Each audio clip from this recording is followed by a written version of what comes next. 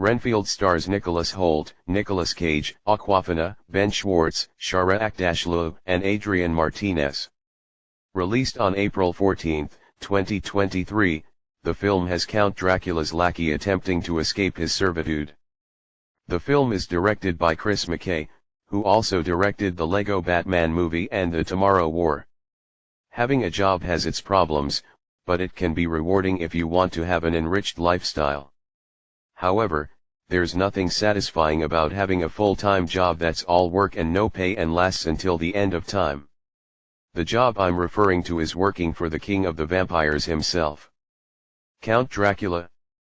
Having a job like that sucks, even though it has benefits, especially from the perspective of Dracula's iconic servant. This latest horror comedy unites the two Nicholases for an adult-rated approach to the classic master-slash-lackey relationship between Dracula and R.M. Renfield, with the latter attempting to escape Dracula's clutches. It also marks the latest live-action directorial effort from Chris McKay, who made a serviceable live-action debut with The Tomorrow War following his work in the animation department. With these people involved and its gory and fun concept, this job seemed impossible to walk away from, especially for myself.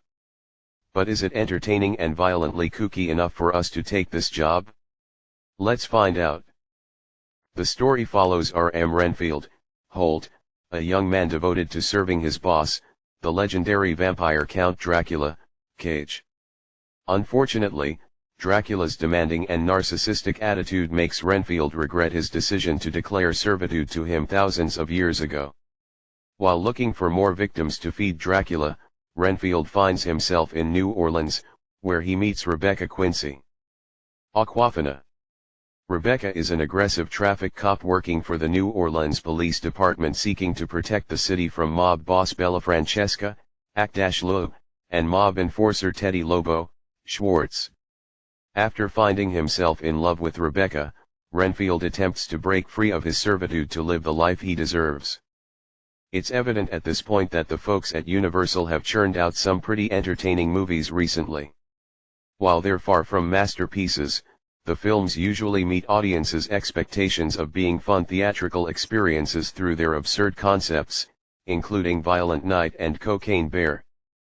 The Super Mario Bros. Movie continued the studio's booming trend last weekend with its record-breaking box office run and strong audience ratings.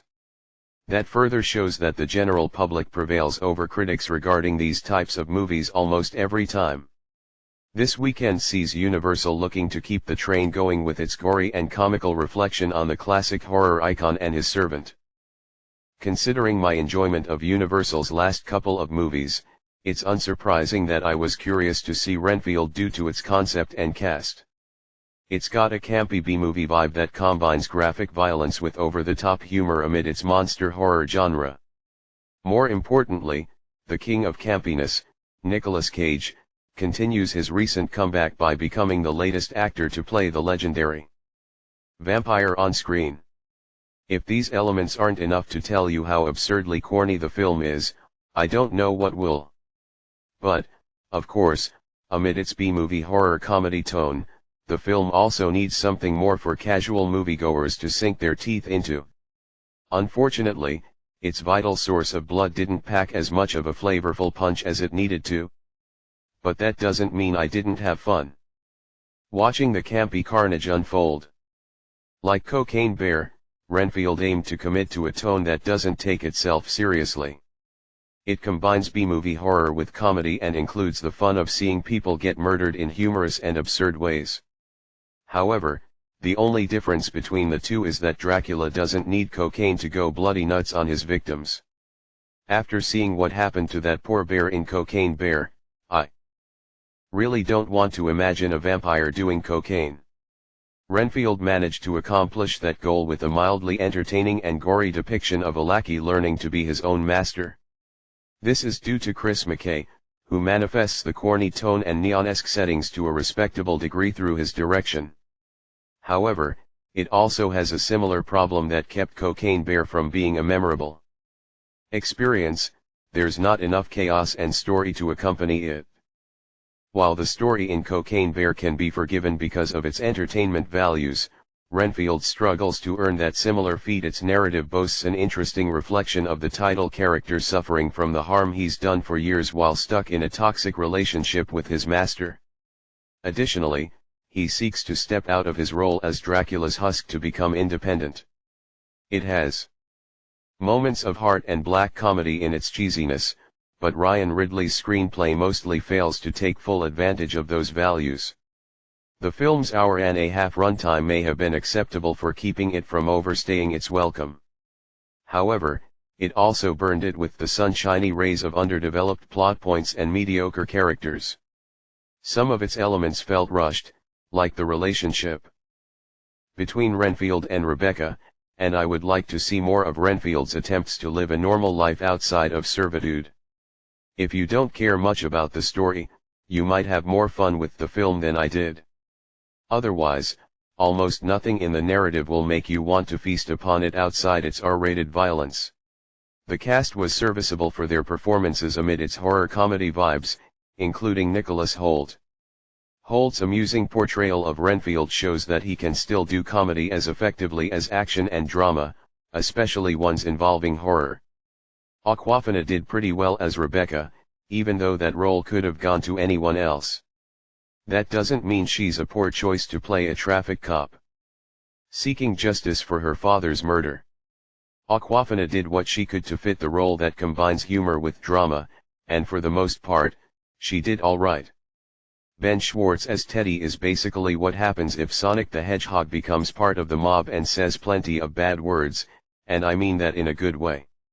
However, the only actor that shined the most in my eyes is the great Nicolas Cage as Dracula.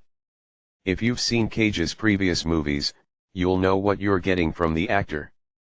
His performance as Dracula is hammy at best, but it's also amusingly satisfying to see him go crazy during a few scenes. It's stuff like this that makes us love Nicolas Cage as an actor. Another element I liked is the film's visuals. Renfield offers a few solid uses of practical effects, especially the makeup design for Dracula and some scenes involving gore. The movie also provides some instances of CGI that weren't on par with the practical ones based on their appearance. It wasn't until the apartment fight scene that I realized the average-looking CGI in the daytime, mainly for the blood. I can understand that it's supposed to match the cheap quality of its tone, but that doesn't keep it from being a bit distracting. Overall, Renfield will probably quench the thirst of those seeking fun horror comedy vibes, but it struggles to be truly free from its restrained narrative. This is another movie that mostly succeeds in delivering a concept that's as absurd and amusing as the marketing suggested. It's pleasingly violent, occasionally funny, and packed with a decent cast, with the superstar being Nicolas Cage. Unfortunately, its blood ran dry a little too quickly than I expected due to its underdeveloped plot, middling screenplay, and runtime. It falls short of what Violent Night and Cocaine Bear delivered regarding their crazy B-movie concepts, but I had some fun watching it, which is all that matters to me. It's watchable if you like horror comedies and Nicolas Cage's hammy performances. But if you wanted something more out of the two Nicolases unleashing their bloody carnage in terms of storytelling, you'll probably want to avoid it like a piece of garlic. I'm going to give the film 6 out of 10.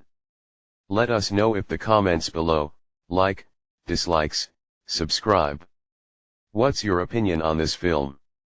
Or thanks for watching, see you later. Bye.